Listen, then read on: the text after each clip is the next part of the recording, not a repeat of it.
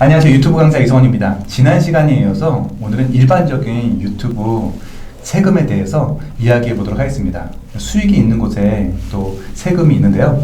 많은 분들이 되게 사업자 등록증을 내야 되는 건지 또 세금은 또 어떻게 해야 되는 건지 궁금하셔서 세무사님 모시고 인터뷰 나눠보려고 하는데요. 제가 세린이입니다. 세무에 대해서 전혀 몰라요.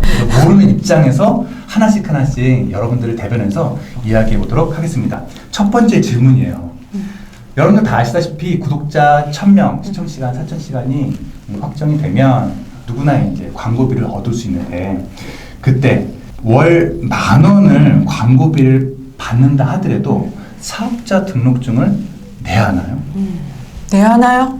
사실 이 사업자를 낸다는 거랑 수입이 생긴다는 거는 좀 다른 문제예요. 아, 그래요? 네, 수입이 있다고 무조건 사업자 등록 이 꼴은 아니에요. 아, 네. 제가 잘못 알고 있었군요. 네, 사업자를 내야 되는 거는 어떤 물적, 인적 설비가 있어서 네. 사업 장도 차리고 나는 이걸 지금 업으로 할 거라는 어떤 의지와 결과가 있어야 돼요. 네, 네. 계속해서 반복적으로 영리를 목적으로 이렇게 하는 게 사업성이 있다라고 하거든요. 네. 그때는 사업자 등록을 분명히 해야 돼요. 네. 네. 근데 그렇지 않은 경우들이 있을 수도 있잖아요. 그냥 부업으로 집에서 혼자 하시는 경우들도 있고, 네. 뭔가 뭐 영리나 이런 목적이 아닐 수도 있고, 그럴 경우에라면 꼭 사업자 등록을 하지 않아도 되죠. 네. 저희가 이제 가끔씩 말씀드렸던 내용 중에 제가 되게 인상 깊었던 유튜브가 하나 있는데요. 정말 너무 신기한 게 밥상에서 생일 축하 노래를 불러요. 네. 엄마와 아이들이. 네. 근데 그게 조회수가 몇 백만. 조회수가 1000만 받으셨대요. 맞아요. 네. 한 4, 5년 전 영상인데 네. 영상 그거 딱 하나예요. 그런 분들은 그러면 수입도 많으신데 사업자를 반드시 내야 하느냐? 그렇지 않다는 거죠. 그쵸. 그건 사업적으로 만든 게 아니니까. 네. 하지만 이제 사업자는 내지 않았지만 네. 아까 수입이 있는 곳에 세금이 있다고 했듯이 네. 이제 수입이 있다면 그건 세금 신고 대상이 되는 거죠. 맞습니다. 네, 소득세 신고는 꼭 하셔야 되고요. 네. 사업자 등록번호가 없을 경우에도 네. 소득세 신고하실 때 자기 주민번호 치시고 그걸 바탕으로 해서 신고하실 수 있어요. 그러면 그분들도 자기가 홈택스에 들어가서 이렇게 신청하면 되는 건가요? 네. 본인이 직접 하실 수 있고 내 수익 유튜브 수입이 얼마입니다. 입력하셔가지고 네. 신고하시면 돼요. 그러면 두 번째 질문인데요. 유튜브 수익도 세금 신고 안 하면 어떻게 되나요? 그러니까 뭐 사업자 등록증 냈든 안 했든 수익을 받았어요. 근데 세금질을 안 했어. 그럼 어떤 일이 발생되나요?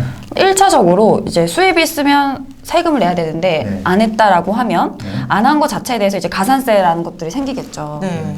원래는 유튜브 수입 때문에 유튜브 수입에서 뭐 이거 하느라 우리가 돈을 썼을 수도 있잖아요. 비용을 뺀 순이익이 세금이 나오는 수준이다. 그러면 어떻게 됐든 세금 신고를 해서 세금을 납부했었어야 되거든요. 근데 세금 납부를 안 했다면 그럴 경우에는 소득세 신고 안 한 거에 대한 신고 불성실 가산세, 또 세금을 냈어야 되는데 세금 안 낸 거에 대한 납부 불성실 가산세, 네. 이런 가산세가 생겨요. 그러면 아까 말씀하신 대로 직장 유튜버가 있는데 부업으로 나는 수익이 들어오고 있어요. 그러면 사업자 등록증을 안 해도 될 신청 수 안 해도 있죠. 되는 거죠. 네. 아, 그렇군요. 신청 안 하더라도 이제 수입 신고는 하실 수 있고 네. 그리고 또 많이들 걱정하시는 게 이제 회사를 다니고 있어서 이 네. 사업자를 내면 회사가 바로 이걸 알지 않을까? 맞아요. 그게 네. 문제죠. 그렇죠. 나는 익명으로 하고 싶은데 맞아요. 회사에 대해 부업을 알리고 싶지 않은데 네. 알 수 있나? 그 질문 저희 진짜 많이 받거든요. 네. 근데 알 수는 없어요. 어, 개인정보이기 그래요? 때문에 알 수 네네. 없어요. 근데 뭐 간혹 특별한 회사들은 네. 입사할 때 개인정보 동의서 같은 거 받아가지고 언제든지 너의 정보를 뒤져볼 수 있어. 이런 거 아. 확인하는 회사들이 있어요. 네네. 그런 경우라면 그 안에 그 정보까지 포함돼서 뒤져볼 수는 있겠죠. 근데 그건 일반적이지 않으니까 네. 보통 회사라면 개인정보 확인할 수 없어요. 그러면 이 이야기도 마찬가지겠네요. 1000명과 4000시간이 포함되면 그때 광고를 받을 수 있는데 그 전에 제품을 협찬받았어요.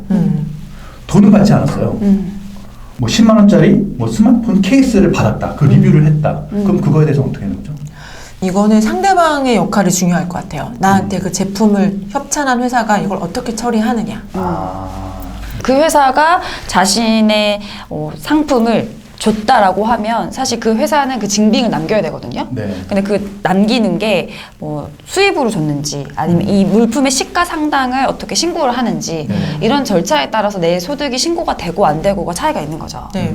그쪽에서 이 물품을 제공할 때 이 제공받는 유튜버를 특정화해서 이 사람한테만 특별하게 준다. 네. 이럴 경우에는 저의 수입으로 잡혀야 되거든요. 아. 그럴 경우에 그럼 제 주민번호를 가지고 네. 그 제품 가격에 맞게 원천 징수를 하거나 네. 아니면 제가 사업자 번호가 있으면 저한테 세금계산서 발급하라고 하거나 이럴 거예요. 네. 근데 그게 아니고 저한테 특정하게 주는 게 아니라 그냥 홍보비. 홍보비로 다 주는 거다. 네. 여러 사람한테 주는데 저한테도 주고 뭐 다 준다. 네. 그럴 경우에는 특정할 필요가 없거든요. 네. 네. 그러면 그냥 홍보비로 한꺼번에 비용 처리를 할 수 있어요. 네. 그러면 저희는 이제 수입이 없는 거죠. 아, 네. 그래요? 네. 그냥 제품 리뷰하고 그냥 끄시면 되겠네요? 네. 아, 그렇군요.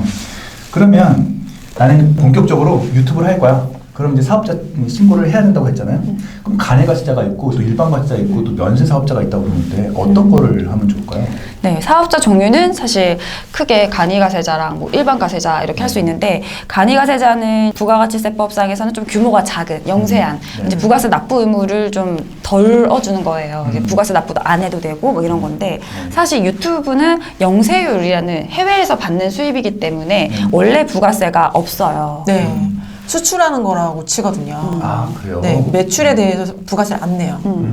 그렇기 때문에 사실 간이든 일반이든 사실 별 차이는 없어요. 왜냐면 어차피 부가세는 안 내기 때문에. 네, 네. 네, 그러면 차라리 일반 가세자가 더 유리하죠. 네, 일반 가세자를 하면 저희가 이 유튜브 사업을 운영하기 위해서 지출한 것들 중에 안에 부가세 10%들이 다 묻어 있거든요. 네, 네. 이런 것들을 환급받을 수가 있어요. 음. 돌려받을 수 있는 거죠. 네. 카메라를 제가 300만 원 주고 샀다. 네. 그럼 300만 원 안에 뭐 10%, 뭐 30만 원 정도가 부가세라고 치면 네. 일반 가세자로 신고하면 이 30만 원을 돌려받을 수가 있거든요. 네. 근데 간이 가세자는 안 되잖아요. 네, 간이가세자는 아까 말씀드렸듯이 부가세를 안 내기 때문에 환급도 못 받게 되거든요. 네. 네, 그래서 그런 차이가 사실 있는데 그래서 사실 유튜버에서는 간이가세자나 일반 가세자냐라기보다는 이제 과세냐 면세냐 이게 더 중요해요. 만약에 사업자를 간이가세자냐 일반 가세자냐라고 고민한다면 저는 당연히 일반 가세자를 내는 게 유리하다고 생각을 해요. 네, 어차피 부가세 낼 일 없고 환급을 받을 수 네. 있는 게 있으니까. 유튜버로서 사업자 등록을 한다는 거는 네. 그건 부가세 환급을 받겠다는 얘기거든요. 아, 네, 그래서 사업자 등록은 이제 일반 가세자가 유리한데 그럼 이렇게 일반 부가가치세법에 따른 일반 가세자를 할지 네. 아니면 그냥 면세 사업자를 할지가 좀 또 달라요. 네, 아까 일반 가세자라고 되어 있는 경우들은 뭐 사무실 임대도 하고 직원도 편집자 고용하고 뭐 기획자 고용하고 뭐 이러신 경우일 거예요. 네. 나름 크게. 네. 근데 그렇지 않고 혼자 하시는 거예요? 혼자 하는 경우 그럴 경우에도 일반 가세자, 간이 가세자 고민을 해야 되느냐. 맞아요. 전혀 다른 고민을 해야 돼요. 네. 1인 인적 용역이라고 하거든요. 네. 그러니까 그럴 때는 나의 전속된 나만 있는 인적 시설, 물적 시설이 없기 때문에 면세 사업자에 해당이 돼요. 네. 뭐 이때는 이제 부가세도 안 내지만 부가가치세법상 사업자는 아닌 거죠. 네. 네, 그냥 코드만 생긴다고 생각하시면 돼요. 그래서 이럴 경우는 사업자 등록 꼭 안 해도 되는 거잖아요. 네, 맞아요. 네. 그러면 내가 면세 사업자로 이제 신고를 했는데 점점 성장해서 뭐 강연이라든지 다양한 수익들이 발생되거든요. 그럴 때는 어떻게 해야 되나요? 네, 유튜브를 하게 되면 사실 뭐 애드센스 수입도 있겠지만 뭐 국내에 있는 다른 회사들과 뭐 광고를 진행한다든지 그런 일들이 종종 있거든요. 그렇게 되면 그 수입은 사실은 세금을 내야 되는 수입이죠. 네, 그게 또 저희 업이 되게 되면 저는 이제 광고업자가 될 수도 있는 거예요. 그렇게 되면 이 광고업이라는 업종 추가가 필요하게 될 수도 있고요. 네. 그럼 업종 추가를 하면 되죠? 네. 네. 근데 다만 그 광고업은 면세는 아니기 때문에 네. 이제 과세 사업자가 되어야 되니까 면세에서 과세로 전환을 해야 되는 거죠. 아, 네, 그렇군요. 그게 어렵나요?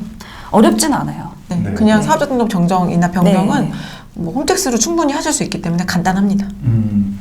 자, 그러면 이것도 되게 궁금하신 분도 있을 것 같은데 나는 이제 본격적으로 유튜브를 할 거야. 그럼 사업자 등록증을 신청하려고 그러는데 개인도 할 수 있는 건지 아니면 꼭 세무사를 끼고 해야 되는 건지 궁금하신 분이 계실 것 같거든요. 네, 사업자 등록은 사실 간단해요. 서식 하나만 제출하면 되는 거라서 네. 뭐 크게 어렵지 않고요. 혼자 스스로도 하실 수 있습니다. 네, 방법은 두 가지인데요. 네. 홈택스 인터넷으로 네. 네, 홈택스 사이트에서 공인인증 로그인하셔가지고 거기서 시키는 대로 작성하셔서 서류 제출하시면 돼요. 네. 그리고 이 똑같은 행위를 세무서에 가셔서 하셔도 돼요. 근데 요즘 거의 코로나 때문에 오지 말라고 하는데 오지 말라고 하거든요. 네. 그래서 인터넷으로 하시면 되는데 아. 다만 이제 과세 사업자를 내려면 특히 사업장 주소가 필요해요. 유튜브나 이런 것들은 집을 주소로 할 수 있어요. 아, 그래요? 네, 꼭 별도 사업장을 뭐 사무실이나 임대 안 하셔도 네. 거주하시는 공간에서 내가 이 사업을 하고 있다라고 신청하실 수 있거든요. 네. 그럼 유튜버들이 이제 세금을 낼 텐데 뭐 절세 이야기를 좀 많이 하잖아요. 네. 그 면세 사업자로 이제 가입했다 치다 하더라도 우리 마음 같아서는 세금을 좀 덜 내고 싶은 게 누구나 생각하고 있을 텐데 어떻게 줄일 수 있는 방법이 뭐 있나요? 일단 세금을 줄이는 거는 일단 기본적으로 증빙을 잘 챙겨야 돼요. 나가는 돈이 있다면 그걸 꼼꼼하게 챙겨야 됩니다. 뭐 증빙이 어떤 게 있을까요? 세법에서 말하는 증빙은 정해진 것들이 있는데요. 네. 세금 계산서, 신용카드, 현금 영수증. 아. 요것들이 증빙이에요. 네, 간혹 막 10% 빼줄 테니까 그냥 현금으로 합시다. 그거 되게 유혹이 많은데 자 네. 만약에 이런 분들이 있었어요. 10% 뺄 테니까 현금으로 해라. 이게 좋은가요? 아니면 난 10% 내고도 카드로 하는 게 좋은가요? 당연히 증빙이 있는 게 유리하죠. 네, 그래요? 유튜버 분들이 세금 신고하시는 분들이라면 네. 수입이 어느 정도 있으신 분들이라서 네. 소득세율이 평균 10%는 이상이실 거란 말이에요. 예상한다면. 네. 그러면 10% 빼주고 근데 10% 세금 더 내고 네. 그럼 저희가 손해보는 거잖아요. 깎으려면 10% 네. 이상 깎아야 되고 이상 깎아야 네. 네. 저희 입장에서는 사용하신 증빙들을 잘 갖춰 놓으시는 게 좋다. 10% 내더라도. 네. 꼼꼼하게 서류를 챙기자. 네. 근데 요즘은 이제 오프라인에서 사는 것보다는 온라인에서 많이 사는데 온라인에서 세금 계산서가 어떻게 발행이 잘 되나요? 온라인도 마찬가지로 밑에 선택하는 것들이 있어요. 네. 지출 증빙, 뭐 현금 영수증 신청을 하겠는지 이런 네. 게 선택할 수 있기 때문에 그런 정보를 입력하면 당연히 들어오고요. 네. 만약에 그 사업자가 세금 계산서나 뭐 영수증 이런 거 못 주는 사람이라면 뭐 간이가세자는 발급 못 하거든요. 네. 근데 그런 경우에는 명세서라든지 영수증으로 가름할 수밖에 없고요. 결제를 신용카드로 하시면 돼요. 그래요? 네, 나는 계좌이체 안 한다. 어. 나는 무조건 신용카드. 네. 내 이름으로 된 신용카드만 긁는다. 네. 라고 하시면 그 신용카드 안에 상대방의 사업자, 나한테 물건 판 사람, 뭐 서비스를 제공한 사람의 정보가 다 딸려오기 때문에 네. 그냥 무조건 신용카드만 긁으시면 돼요. 그렇구나. 첫 번째로 그러니까 증빙을 챙기는 게 당연히 절세고 두 번째는 많은 분들이 세무서에서 연락이 안 오니까 수입 있는 걸 모르겠지 신고를 안 해도 되겠지 네. 이렇게 하면 5년 지나요? 네. 그죠? 그럼 어떻게 됩니까? 근데 5년은 지났는데 우리가 이제 에드센스 계좌에 있는 돈은 이제 따박따박 빼서 썼단 말이에요. 맞아요. 쓸 때마다 그 정보를 국세청이 확인할 수 있어요. 아. 외화 계좌다 보니까 네. 관세청 통해서 그 자료들이 넘어오거든요. 네. 그러면 국세청이 어느 날 쌤 누나 지난해 통장에서 한 3만 불 뽑았네? 이러면 그 돈 어디서 났어? 이렇게 할 수 있는 거죠. 수입 신고 안 했으면 하세요라고 소명 자료가 막 5년치가 올 수가 있어요. 네. 네. 뒤늦게 날라오면 골치 아파요. 왜냐하면 신고를 늦게 하면 가산세가 일별로 부과되거든요. 네. 그래서 가산세도 있고 시간이 지난 다음에 증빙을 첨부해서 신고한다는 게 또 굉장히 괴롭기도 하고 좀 어려워요. 그런 그리고 것도 또 있고. 한 방에 또 내야 되기 때문에 그것도 부담. 네, 맞아요. 부담도 되고. 네, 그래서 꼭 세금을 제때 좀 신고하는 게 또 절세의 방법이 되겠고 또 마지막으로는 요즘에는 정부에서 세금 혜택을 또 많이 주고 있어요. 네네. 네, 청년 창업 감면 이런 것들을 활용하시면 네. 세금을 또 100% 감면 받는 분들도 계시고 50%를 감면 받는 분들도 계시거든요. 네, 유튜브 이렇게 창작하시는 분들의 경우에는 감면 업종에 해당이 돼요. 이 사업을 어느 지역에서 하시는지, 그다음에 이 사업을 하시는 분이 청년에 해당하는지 여부에 따라서 소득세가 뭐 100% 감면도 되고, 뭐 50% 감면, 75% 감면, 감면율이 다르게 적용이 되긴 하는데 어쨌든 감면이 되니까요. 여러분들 상황이 그렇게 아주 나쁘지 않다 이렇게 생각하셔도 될 것 같아요. 여기까지 일반 시청자들이 세무에 대해서 이런 질문들이 궁금했겠다 싶어서 제가 리스트를 뽑아봤는데 그 외에 또 자신한테 필요한 그 질문들이 있으면 또 댓글 남겨주시고 아니면 이성훈 강사뿐만 아니라 세무사님 채널에 그 링크 주소 달아놓을 테니까 거기다 댓글 달시면 또 나머지 그 질문들을 가지고 다시 한번 또 콜라보를 한다든지 질문에 대한 답변을 자세히 해드리도록 하겠습니다. 오늘 영상이 여러분들한테 도움이 됐으면 좋겠습니다.